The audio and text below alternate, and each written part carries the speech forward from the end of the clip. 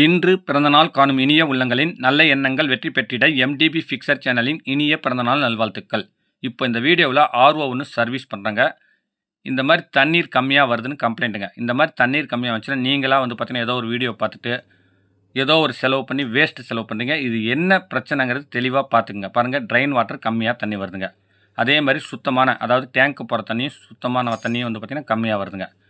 இது என்ன பிரச்சனைன்னு பாருங்கள். சும்மா சிம்பிளான பிரச்சனை இருக்குங்க. நீங்கள் ஆனால் தேவையில்லாமல் செலவு ஜாஸ்தியாக பண்ணுவீங்க. இது சரி பண்ணுறது எப்படின்னு பாருங்கள், தெளிவாக புரிஞ்சுக்கங்க. சுவிட்ச் ஆஃப் பண்ணிவிட்டு வாட்டர் சோர்ஸை லாக் பண்ணிவிட்டு அல்லது கழட்டிட்டு கூட நீங்கள் பார்த்திங்கன்னா இதை இறக்கி வச்சு பேக் சைடு ஓப்பன் பண்ணிக்கோங்க.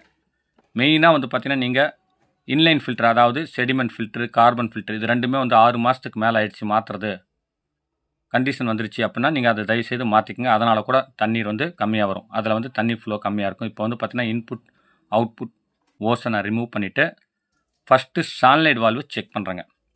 ஏன்னா பார்த்திங்கன்னா இது இப்போ பக்கமாக தான் மாற்றணும் தான் சொன்னாங்க. அதனால் சால்னைட் வால்வு வெளியே இழுத்து மோட்டர்லேருந்து, அதாவது மோட்டர் இன்புட்லேருந்து அந்த ஓஸ் டியூப்பை கழட்டி வெளியே இழுத்து இப்போது ஆன் பண்ணுறேன்.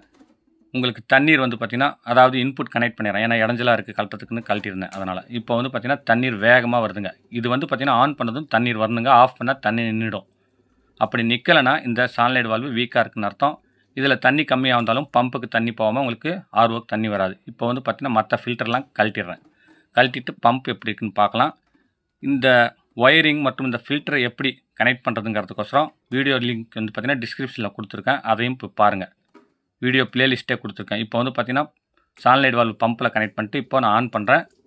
அதாவது அவுட்புட் லைனை கழட்டி விட்டு தண்ணீர் பார்த்திங்கன்னா சால்னைட் வால்வில் வந்ததை விட கம்மியாக வருதுங்க. பாருங்கள், ப்ரெஷரே இல்லை. விரலில் அடைச்சினா விரலை தள்ளவே மாட்டேங்குது.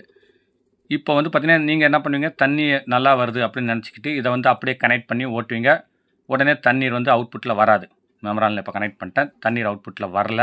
இப்படி வராத பட்சத்தில் நீங்கள் மெமரான் போயிருக்குன்ட்டு மெமரான் ஒரு 700 800 போட்டு வாங்குவீங்க. அதை மாற்றுவீங்க. அப்பயும் சரி வராது. இது பம்பு பிரச்சனைங்க. இந்த பம்பு எதனால் பிரச்சனை ஆகுதுங்கிறது கண்டினியூவாக வீடியோ பாருங்கள், சொல்கிறேன் தெளிவாக.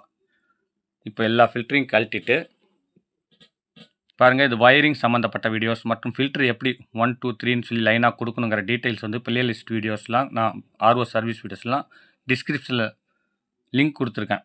அதை போய் பாருங்கள். உங்களுக்கு ஒவ்வொரு வீடியோவும் ஒவ்வொரு பிரச்சனையும் சரி பண்ணுற மாதிரி இருக்குங்க. எல்லா வீடியோவும் ஒரே மாதிரி இருக்காது. என்னடா இது வெறும் ஆர்ஓ வீடியோவாக இருக்குது அப்படின்னு நினைக்க வேண்டாம். ஏதோ ஒரு வீடியோவில் ஏதோ ஒரு லீட் கிடைக்கும். இதுதான் இன்புட், இந்த ஓஸ். இது அவுட்புட் ஓஸ். இதை அம்புக்குறியை பார்த்து மறக்காமல் தெரிஞ்சு வச்சுக்கோங்க. இன்புட்டில் தண்ணி கொடுத்தா ஆன் பண்ணும்போது அவுட்புட்டில் தண்ணி வரணும். இது போன பம்புங்க. இப்போ பார்த்திங்கன்னா புது பம்பு. இது பழசுங்க. உங்களுக்கு செக்கிங்கோசரம் காமிக்கிறேன். அடுத்து பார்ட்டி சொன்னாங்கன்னா புது பம்ப் மாற்றிடலாம். இது பார்த்திங்கன்னா ட்ரையலுக்கு பம்ப் பாயிண்டர் வரைக்கும் தற்காலிகமாக மாட்டி விட்றேன். இப்போ பார்த்திங்கன்னா இன்புட் லைன் கொடுத்துட்டு ஒயர்லாம் கனெக்ட் பண்ணிடுறேன். இந்த ஒயரிங் டயக்ராம் தெரிஞ்சாலும் என்னுடைய டிஸ்கிரிப்ஷனில் லிங்க்கில் வீடியோ இருக்கும் பாருங்கள். இப்போ ஆன் பண்ணதும் பாருங்கள், தண்ணீர் இந்த மாதிரி பீறிட்டு வெளியே வரணுங்க. வேகமாக தள்ளணும். இதே கொஞ்சம் குறைச்சலாக தான் இருக்குது. இருந்தாலும் உங்களுக்கு புது பம்ப் போடும்போது பர்ஃபெக்டாக வருங்க. இப்போ மோட்டர் ஃபிட் பண்ணிட்டேன். ஃபில்டர்ஸ்லாம் மாட்டிட்டேங்க. இந்த சால்னைடு வால்வு பிரச்சனை இருந்துச்சுனாலும் உங்களுக்கு தண்ணீர் வராது. மெமரான் வீக்காக இருந்தால் பம்ப் நல்லாவே இருக்கும். அப்போ பார்த்திங்கன்னா தண்ணீர் வெளியே வராது. அப்படிங்கும்போது மெமரான் பிரச்சனைனாலும் உங்களுக்கு தண்ணீர் வராது. டிடிஎஸ் செக் பண்ணி பார்த்துட்டு நீங்கள் தண்ணீர் ஃபோர்ஸ் கரெக்டாக இருந்து உங்களுக்கு மெமரான் மாற்ற தேவையில்லைங்க. அப்படி டிடிஎஸ் லெவல் அதிகமாக இருந்து தண்ணீர் ஃபோர்ஸ் குறைஞ்சி ஏதாவது ஒரு தொந்தரவு வந்தால் நீங்கள் மெமரான் மாற்றுற மாதிரி இருக்குங்க. இப்போ எல்லாமே கனெக்ட் பண்ணிட்டேன். இப்போ ரன் பண்ணுறேன். பாருங்கள், எஃப்ஆர் கேட்ரிட்ஜ் கரெக்டாக ட்ரெயினில் மாட்டி விட்டு நான் வேஸ்ட் ஓஸ் போகிற லிங்க்கில் கனெக்ட் பண்ணிடுறேன். கனெக்ட் பண்ணிவிட்டு இப்போ ஆன் பண்ணுறேன். இப்போ தாங்க பிரச்சனையே என்னென்னு தெளிவாக தெரியுதுங்க. பாருங்கள், ட்ரெயின் வாட்டர் மீண்டும் அதே மாதிரி சொட்டுது, கம்மியாக வருதுங்க. இந்த மாதிரி வந்துச்சுன்னா என்ன பிரச்சனைனா, எஃப்ஆர் கேட்ரிட்ஜில் உப்பு கட்டியிருக்கும் அல்லது அடைப்பு ஏற்பட்டிருக்கும். இது ரொம்ப வருஷமாக யூஸ் பண்ணுறதுனால நிறைய பேர் எஃப்ஆர் கேட்ரிட்ஜை சந்தேகப்பட மாட்டாங்க. பாருங்கள், தண்ணியே வரல. இந்த ஓஸை ரிமூவ் பண்ணிங்கன்னா நல்லா ஊசியில் சிரஞ்சி, அதாவது நம்ம ஊசியில் வர அளவுக்கு வேகமாக தண்ணி வரணுங்க அடைச்சி. இப்போ இந்த எஃப்ஆர் கேட்ரிட்ஜ் போச்சு. அதுக்கு பதிலாக வேறு 450 அதே அளவில் ஒரு எஃப்ஆர் கேட்ரிட்ஜ் நான் கனெக்ட் பண்ணுறேன். இப்போ பாருங்கள், நீங்கள் எஃப்ஆர் கேட்ரிட்ஜ் எப்பயுமே ஓஸை கழட்டிட்டு இந்த மாதிரி கனெக்ட் பண்ணிவிட்டு ஆன் பண்ணுங்கள்.